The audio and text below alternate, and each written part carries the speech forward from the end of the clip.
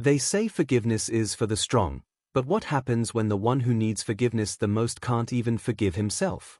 This is the story of Malik Townsend, a man whose life was shattered by one terrible mistake, and how the weight of that decision nearly destroyed him, until forgiveness pulled him out of the grave he'd been digging with his own guilt. Malik wasn't always a criminal. Once, he was a big brother, a role model, a protector. Growing up on the south side of Chicago, he kept his younger siblings fed when their father disappeared and their mother worked double shifts just to keep the lights on. He had dreams, small, fragile things, but dreams nonetheless. Maybe open a barbershop one day, maybe even leave the block for good.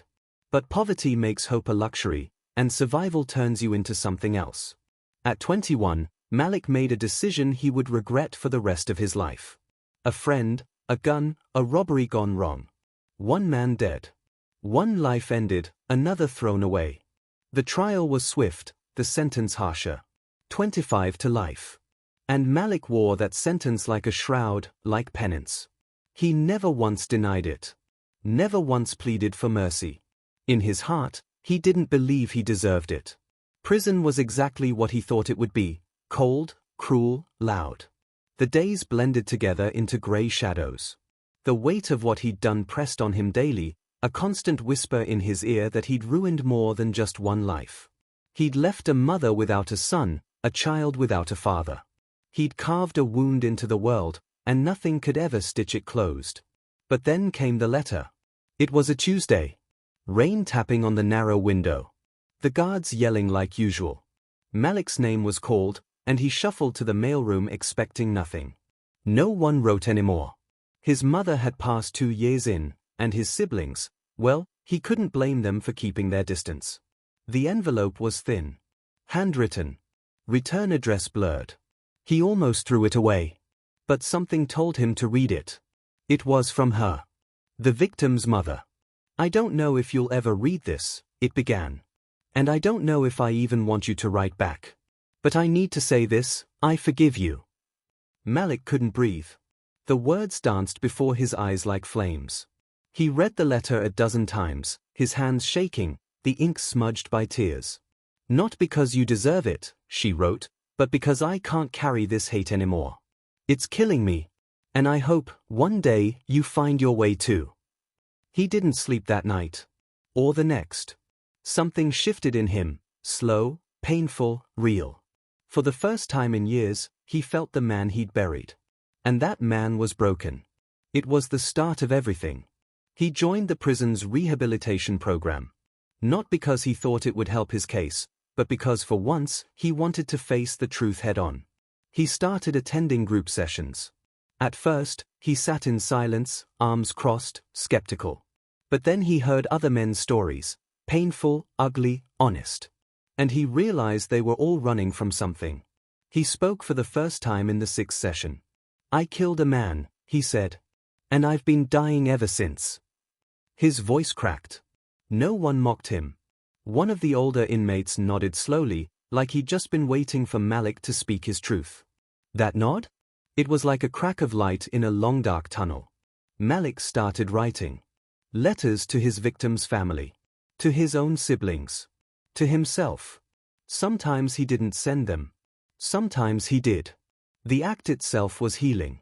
He found a mentor, an ex-preacher doing time for embezzlement, of all things. Brother Ray. The man had fire in his voice and grace in his eyes. He introduced Malik to scripture, but also to something deeper, grace that doesn't make sense. Forgiveness that isn't earned, but given anyway. Years passed. Malik became a peer counselor. Helped younger inmates stay off drugs, get their jeds. He never asked for early parole. He didn't believe he should leave before serving every second. But then, something happened. A new warden arrived. Progressive. Believed in second chances. And during a random inspection, she found Malik's letters, his journals, his file of rehabilitation work. She didn't say much, just took the folder and walked away. 2 months later, Malik was called in. The state was reviewing his sentence. It didn't feel real. Not until the day came when the gates opened, and he stepped into sunlight not caged by bars. He was free. But the world wasn't waiting with open arms. Job applications were ignored. His record screamed louder than his remorse ever could. People looked at him like a ghost. Until one day, he walked into a community center to volunteer, and found her. The victim's mother. Older now. Frailer. But her eyes, the same. She smiled. "I wondered if you'd come." They spoke for hours. She told him about her son. Malik cried. She cried. And somehow, in that moment, something holy passed between them. Not just forgiveness. Freedom. Malik eventually became a speaker, sharing his story in schools, churches, even with lawmakers. He talked about consequences. About pain. But also about the miracle of grace. He started a program for ex-cons struggling to reintegrate. Called it Second Wind.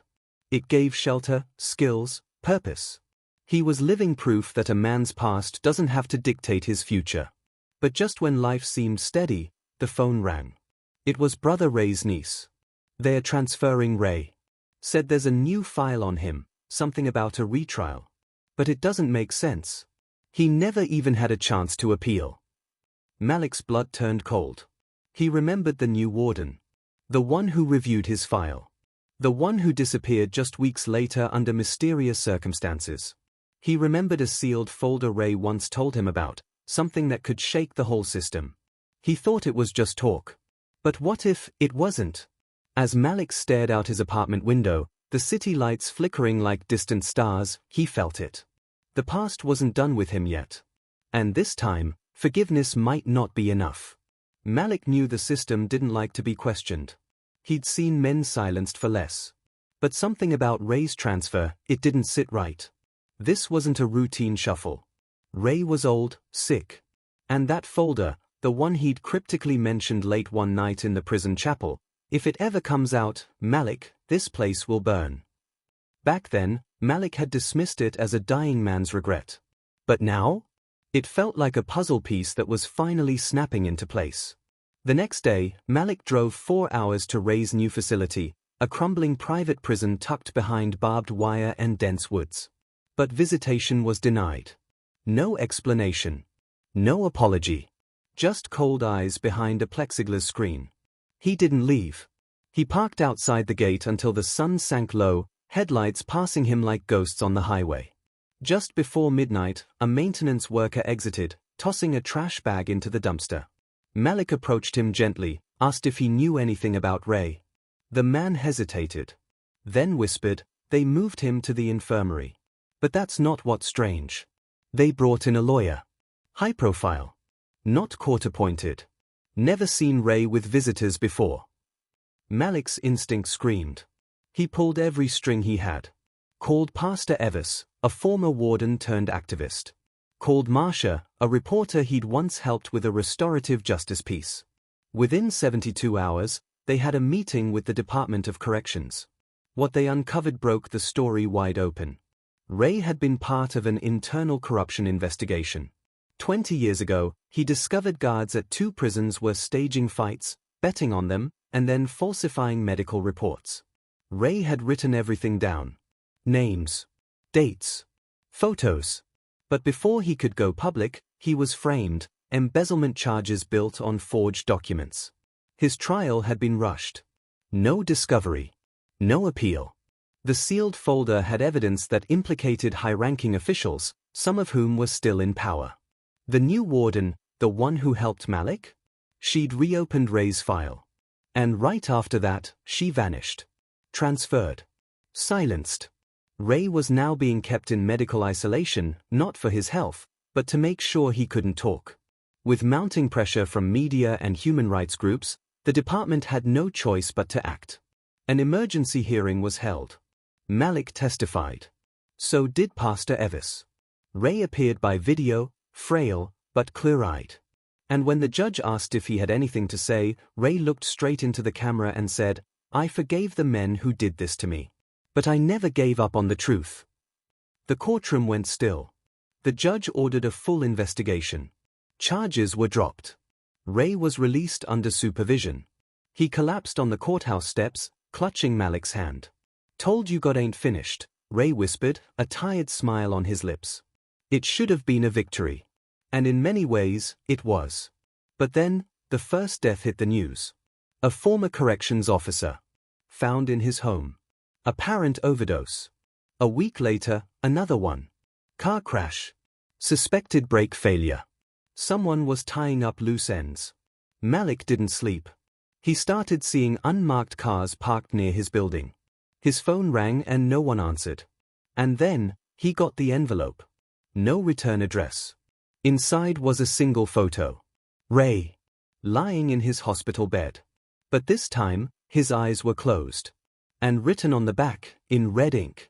Forgiveness won't save you from what you've uncovered. Malik stared at it for a long time. He'd been given a second chance at life. But now he had to ask himself, was he willing to risk it all for justice? He picked up his phone, called Marsha, and said 4 words. Let's go public. Everything. Because Malik knew, the road to redemption doesn't end when you find forgiveness. Sometimes, it begins when you fight for someone else's.